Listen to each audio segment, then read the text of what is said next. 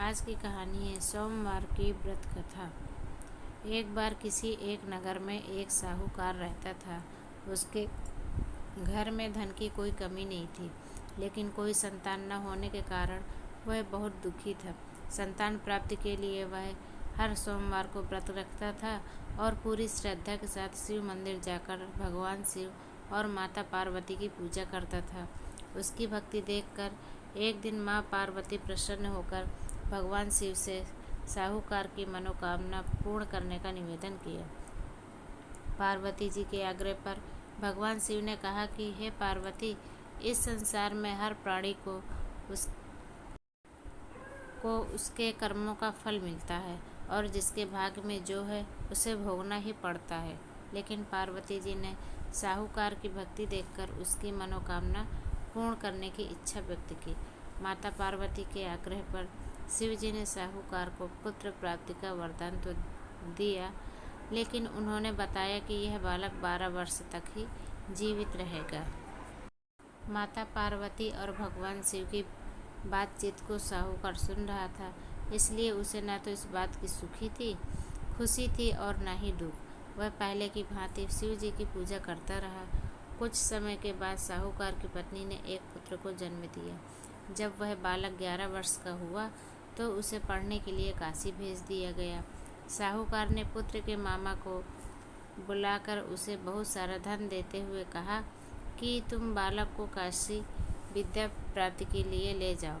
तुम लोग रास्ते में यज्ञ कराते जाना और ब्राह्मणों को भोजन दक्षिणा देते हुए जाना। दोनों मामा भांजे की इसी तरह यज्ञ कराते और ब्राह्मणों को दान दक्षिणा देते हुए काशी निकल पड़े। इसी दौरान रात में एक नगर पड़ा, जहाँ नगर के राजा की कन्या का विवाह था। लेकिन जिस राजकुमार से उसका विवाह होने वाला था वह एक आँख से काना था।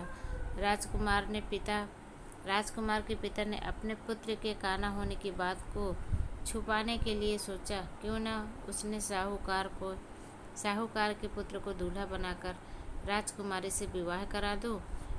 विवाह के बाद इसको धन देकर विदा कर दूंगा और राजकुमारी को अपने नगर ले जाऊंगा। लड़के को दूल्हे के वस्त्र पहनाकर राजकुमारी से विवाह करा दिया गया। साहूकार का पुत्र ईमानदार था, उसे यह बात सही नहीं लगी, इसलिए उसने अवसर पाकर राजकुमारी के दुपट्टे पर लिखा कि तुम्हारा विवाह तो मेरे साथ हुआ है, लेकिन जिस राजकुमार के संग तुम्हें भेजा जाएगा वह एक आँख से काना है। मैं तो काशी पढ़ने जा रहा हूँ। जब राजकुमारी ने चुन्नी पर लिखी बातें पढ़ी तो उसने अपने माता पिता को यह बात बताई।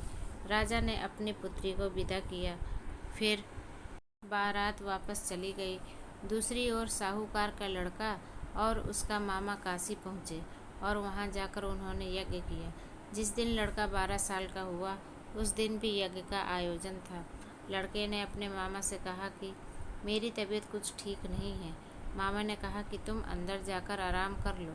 शिव जी के वरदान अनुसार कुछ ही देर में उस बालक के प्राण निकल गए।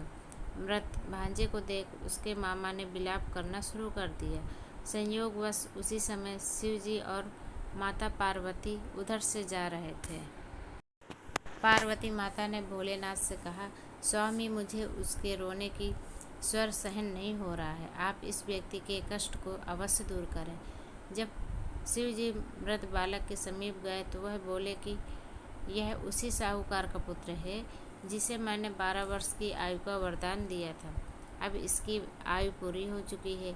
लेकिन मृत भाव से विभोर माता पार्वती ने कहा कि हे महादेव, आप इस बालक को और आयु देने की कृपा करें, अन्यथा इसके वियोग में इसके माता पिता भी तड़प कर मर जाएंगे। माता पार्वती के पुनः आग्रह पर भगवान शिव ने उस लड़के को जीवित होने का वरदान दिया। शिव जी की कृपा से वह लड़का जीवित हो गया। शिक्षा पूरी करके लड़का मामा के साथ अपने नगर की ओर वापस चल दिया।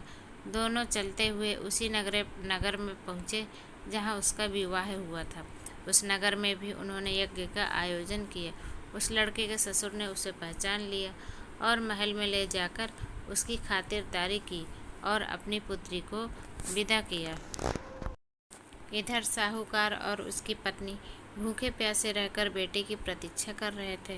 उन्होंने प्रण कर रखा था कि यदि उन्हें अपने बेटे की मृत्यु का समाचार मिला तो वह भी प्राण त्याग देंगे, परंतु अपने बेटे के जीवित होने का समाचार पाकर वह बेहद प्रसन्न हुए। उसी रात भगवान शिव ने साहूकार के स्वप्न में आकर कहा, हे श्रेष्ठी, मैंने तेरे सोमवार के व्रत करने का और व्रत कथा सुनने से प्रसन्न होकर तेरे पुत्र की लंबी आयु प्रदान की है। इसी प्रकार जो कोई सोमवार व्रत करता है या कथा सुनता है और पढ़ता है, उसके सभी दुख दूर होते हैं और सभी मनोकामनाएं पूर्ण होती हैं।